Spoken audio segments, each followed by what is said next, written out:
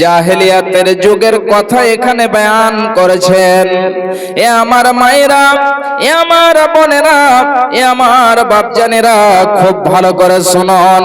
আল্লাহ রাব্বুল আলামিন বলছেন, যখন তাদেরকে সংবাদ দেওয়া হতো, খুশখবরি দেওয়া হতো যে তোমার মেয়ে হয়েছে, তোমার কন্যা হয়েছে, এমন সময়তে তাদের চেহারা কালো হয়ে যেত, তাদের চেহারা কুৎসিত হয়ে যেত।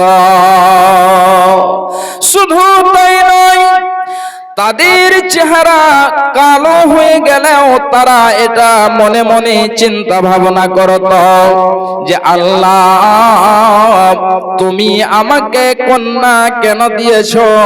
হে আল্লাহ, তুমি আমাকে মেয়ে কেন দিয়েছ?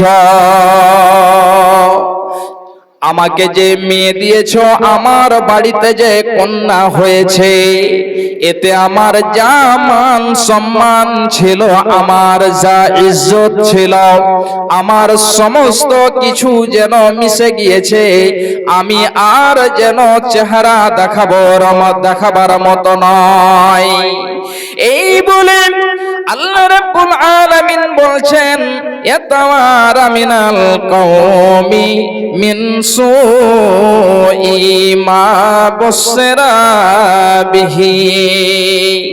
তারা তাদের চেহারা দেখাবে না, তাদেরকে যে দুঃসংবাদ দেওয়া হয়েছে, এই কারণে তারা তাদের বাড়িতে থাকতো না, তাদের পাড়া প্রতিবেশীকে চেহারা দেখাবে না, এই জন্য সে দূর দূরান্তে চলে যেত।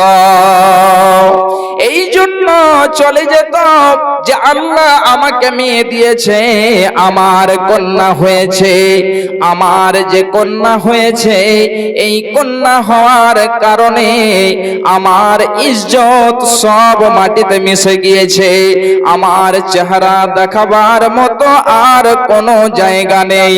এই জন্য সে গ্রাম ছেড়ে দূর দূরান্তে চলে যেত।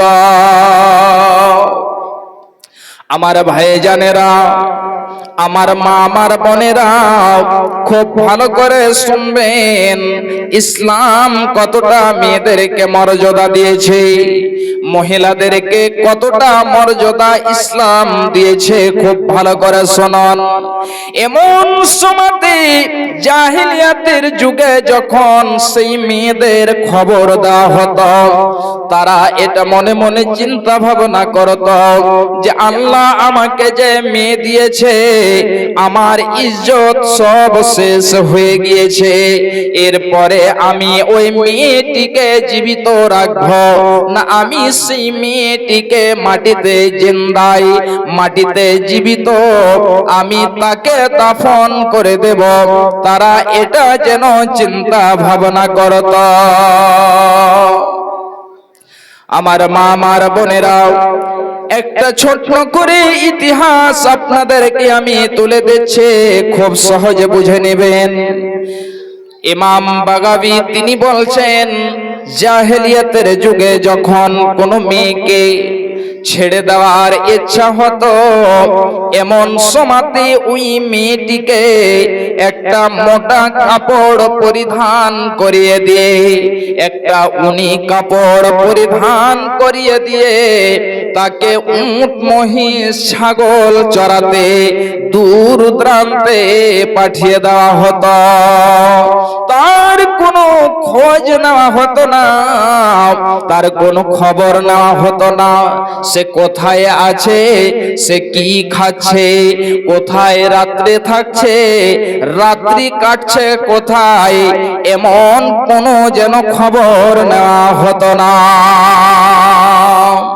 এবং যখন কোনো মেয়েকে জীবিত মেরে দেওয়ার ইচ্ছা করত, আমার মা, আমার বোনেরা, খুব ভালো করে শুনুন, এমন সময়তে ওই মেয়েটির মাকে যেন বলতো, এ আমার অর্ধাঙ্গিনী, এ আমার বিবি, তুমি আমার মেয়েকে সুন্দর করে সাজিয়ে দাও, তুমি তাকে নতুন জামা পরিধান করিয়ে দাও, তুমি তাকে গোসল করিয়ে সাজিয়ে আমার হাত দিয়ে দাও, আমি তাকে তার নানির বাড়ি, আমি তাকে তার দাদির বাড়িতে নিয়ে যাব এবং তাকে মেহমানি করে নিয়ে আসব।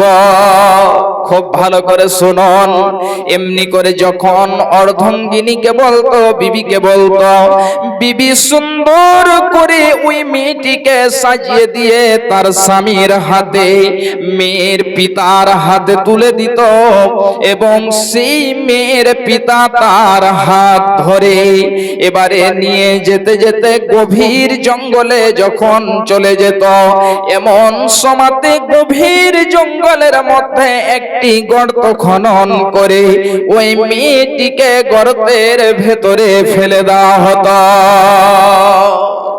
আমার ভাইজানেরা, আমার মা, আমার বোনেরা, যখন সেই মেয়েটিকে গর্তে ফেলে দেওয়া হতো, মেয়ে গর্তের ভিতরে পড়েছে, সে চিৎকার করে যেন কান্না করত যে আব্বা, আমার কোন যেন পাপ রয়েছে, আব্বা আমি কোন ভুল করেছি যার কারণে আপনি আমাকে এই গর্তের মধ্যে ফেলে দিয়েছেন।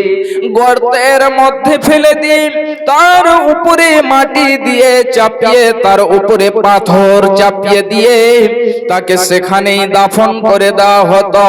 এইদিকে মেয়ে যেন চিৎকার করে কান্না করতো যে আব্বা জান, আপনি দয়া করে আমাকে ছেড়ে দেন, আপনার বাড়ি যাব না, আপনাকে খেতে দিতে হবে না, যদি কেউ জিজ্ঞেস করে তুমি কার মেয়ে, আমি কোনোদিনই জীবনে তোমার নাম নিব না।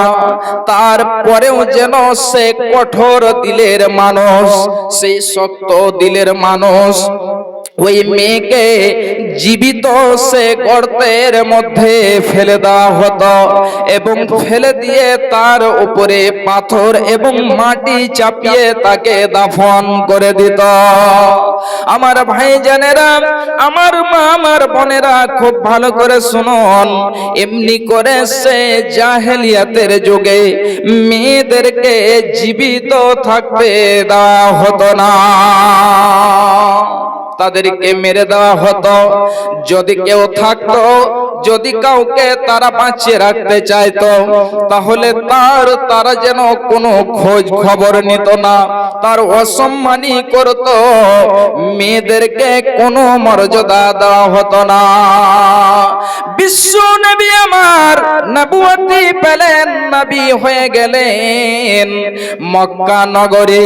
শুধু মক্কা নগরীতে নয়, সারা পৃথিবীতে এমনি করে মেয়েদেরকে হত্যা করা হতো, মেয়েদেরকে মেরে দেওয়া হতো, মেয়েদের সাথে অসম্মানী করা হতো। আল্লাহ রাব্বুল আলামিন আয়াত নাযিল করে দিলেন যে হে আমার নবী, যারা নিজের মেয়েকে, কন্যা সন্তানকে এবং যারা নিজের আওলাদকে, সন্তানকে যারা রিস্কের ভয়ে কতল করবে, হত্যা করবে, এটা যেন হারাম, কেউ এই মতো যেন কাজ না করে। ভাইজান, বাপজান আমার, বিশ্ব নবী এবারে সাহাবীদের সামনে বলে দিলেন, সাহাবিয়াদের সামনে বললেন, লা তাকতুলু আওলাদাকুম ইন্নাল্লাহা হাররামা আলাইকুম উকুকাল উম্মাহাত ওয়া ওয়াদাল বানাত। খুব ভালো করে শুনুন। আল্লাহ রাব্বুল আলামিনের নবী বললেন, ইন্নাল্লাহা হারামা আলাইকুম উকুকাল উম্মাহাত ওয়া ওয়াদাল বানাত।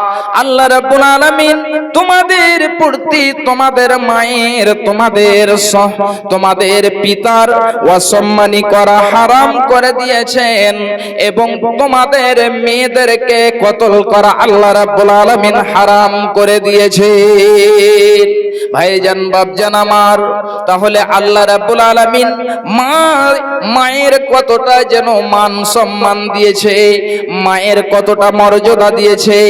আল্লাহ রাব্বুল আলামিন বলছেন যে তোমরা আল্লাহ রাব্বুল আলামিনের ইবাদতের পরে তোমরা যখন কিছু করবে, আল্লাহ রাব্বুল আলামিন এটা ফয়সালা করে দিয়েছেন যে আল্লাহ রাব্বুল আলামিনের ইবাদতের পরে তোমরা তোমাদের মাতা পিতার সাথে ভালো ব্যবহার করবে।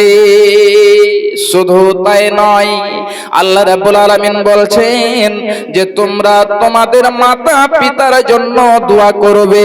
ওয়া কুর রাব্বিরহামহুমা কামা রাব্বায়ানি সগীরা। মাতা পিতার জন্য